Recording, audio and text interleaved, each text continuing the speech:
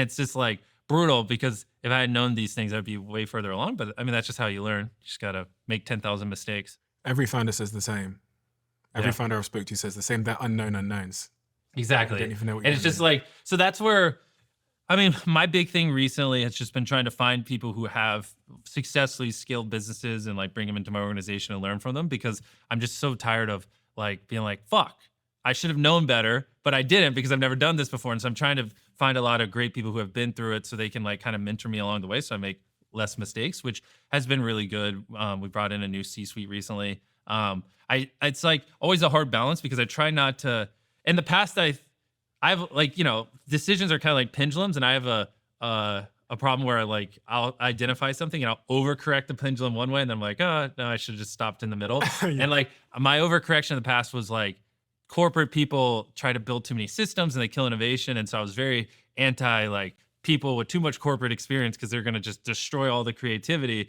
But that's why we're making so many organizational fuck ups because we don't have anyone who's actually built the business at this size. And so, the pendulum was on the right and I swung it all the way to the left of no corporate. And now I think we're in the healthy medium where, obviously the people in our C-suite and the leaders should have lots of experience managing people at this size and scale, but it's just finding the right people who can do it and build systems in a way where it doesn't crush creativity and they actually value the product over ease. The Diary of a CEO, I'm on a TV show called Dragon's Den in the UK, and my stuff is significantly smaller. It's like a percentage of your viewership.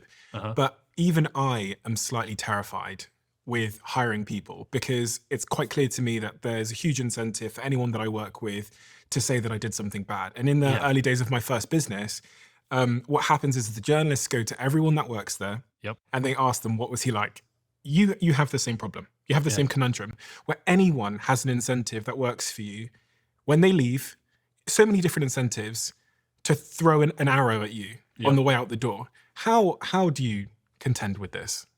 Yeah, I mean, you hit it on the head. I have 400 or 500 people right now, but we've also worked with thousands of people in the past, and so I think it's just what comes with it. But at the end of the day, as long as what we're doing is moral and ethical, like you said, they're gonna throw arrows, but I'm just a problem solver. It's like whenever I see the metaphorical arrow, I just go, what's the problem? And if we did something wrong, how do we fix it? Or if it's not an actual problem, it's just rumors. I mean, it is what it is. And so, yeah, I think it just comes with part of it. I mean, it sucks and it's unfortunate, but you also have to think like most people don't like their jobs too. And so it's not like this is even specific to our industry. Like, just go ask 100 random Americans of all the jobs they worked in their life, how many did they deeply enjoy and would they have nothing negative to say? So I think it's just part of it. It's almost like a pastime for a lot of people just to like trash talk their old jobs or whatever.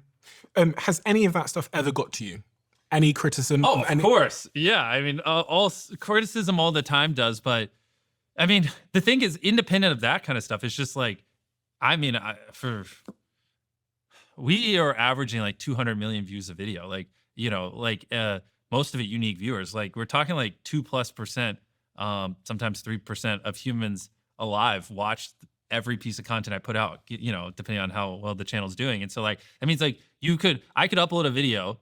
And then with 365 days later, you could grab 33 random humans anywhere on the planet, especially because we do dubs. What's even crazier is YouTube's not in China. So that's like 2 to 3% of humans alive, excluding China.